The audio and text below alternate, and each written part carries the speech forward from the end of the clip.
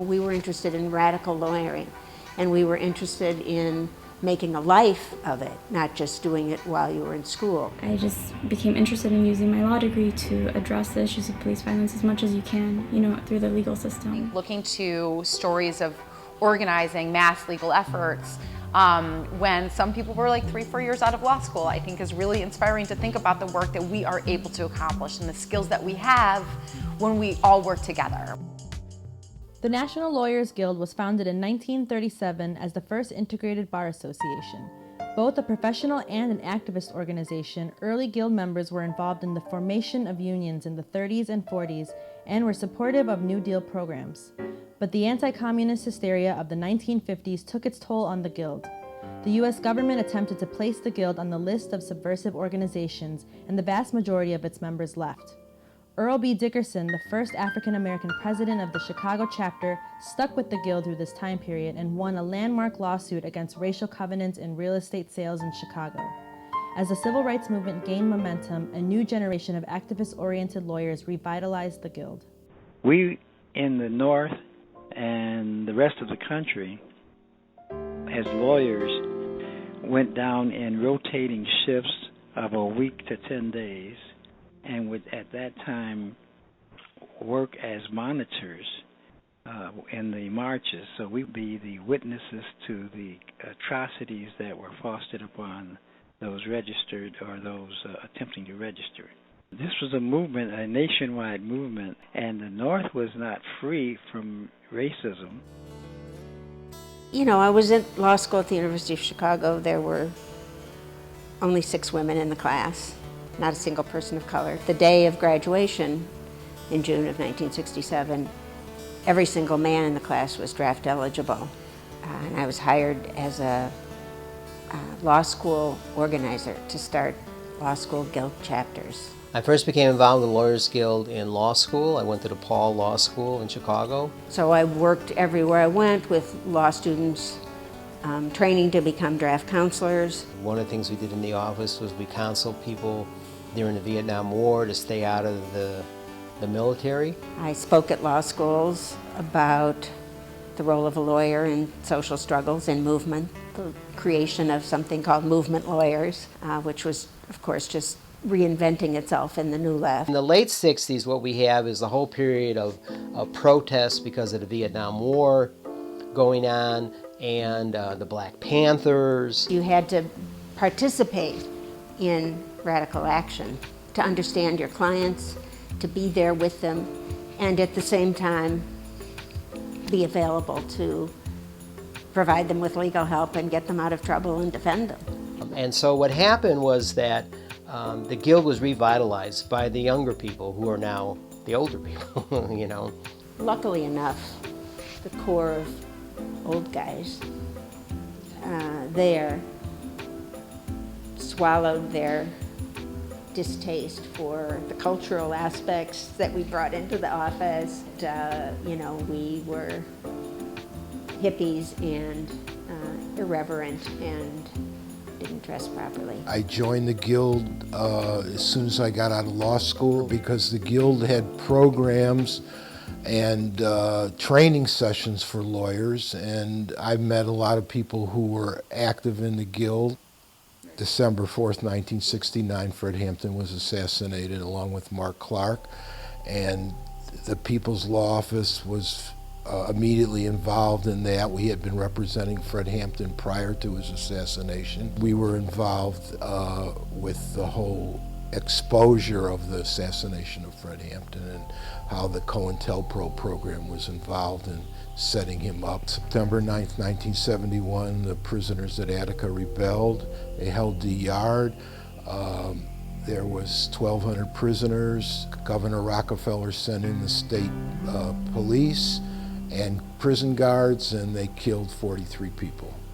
Guild members from all over really came to Buffalo, New York, and to Attica to assist the prisoners. Subsequently, I went and spent 4 or 5 years living in Buffalo and going back and forth between Chicago and Buffalo. We've always taken the position that we should follow the leadership of the brothers or sisters, whoever were leading the organizing, and that lawyers had an important role to play because they were the ones that had access to the prison and they had the right to go in and out, but that we would have to be careful that we didn't take over the leadership of these campaigns and these struggles. Well, it came out from the national office asking people to go to Wounded Knee because they were requesting attorneys and other people to go out there and support them. And so when I got this, I just said to my law partner at the time, I'm going. And I just took off and we got in my car. And what happened was that there was a civil rights organization on the Pine Ridge Reservation, then a group called AIM, which was the American Indian Movement, because they had tried to impeach their tribal president. So they came there, they occupied Wounded Knee, and then within a couple of days, all of a sudden the U.S. government sent in 50 marshals to start. Later on, there were many more. They came there, they set up roadblocks, and there was a confrontation that went on. It was an armed confrontation. There was a defense committee set up, the Wounded Knee Defense Committee. At that time, most of the lawyers came out there. Most of them were lawyers, some were legal workers. People were shot at on the reservation, people were beaten up, and so that was my job to go down and investigate those things. Shortly after getting out of law school, I became a member of the National Conference of Black Lawyers, and the two organizations were very close and they did a lot of work together. One of the major things that we did together that was pretty much led, at least partially by Guild lawyers, was the support for the re-election of Harold Washington. I spent a lot of time on that, coordinating lawyers. We had over 1,000 volunteer lawyers supporting Harold Washington. I think in the late 80s, the anti-apartheid movement developed. It broadened. It always was there, and I had always been involved in it. So we would go and defend people who were picketing before the South African consulate, and sometimes there were arrests. So we were doing that kind of work as well.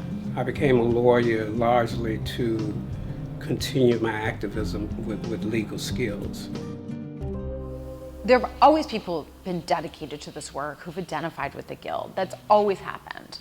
But the Guild is not just the high-profile cases. Especially in Chicago. Like, we have a rich history here. We're so lucky for that. People have work in civil rights litigation, people work in the labor movement, people do immigration cases. But I think what we're trying to do is like fill in those individual ties, hold those hands together, and build a community of support. Even though the National Lawyers Guild is supposed to be this progressive bar association that was one of the first to be integrated, there are still issues within the Guild, and people of color don't necessarily feel accepted within it. And Tupac pushes back on the Guild to, hold them accountable to their commitment to anti-racist work. I wanted to, be a part of a community of progressive attorneys that are also from similar backgrounds and we have similar stories.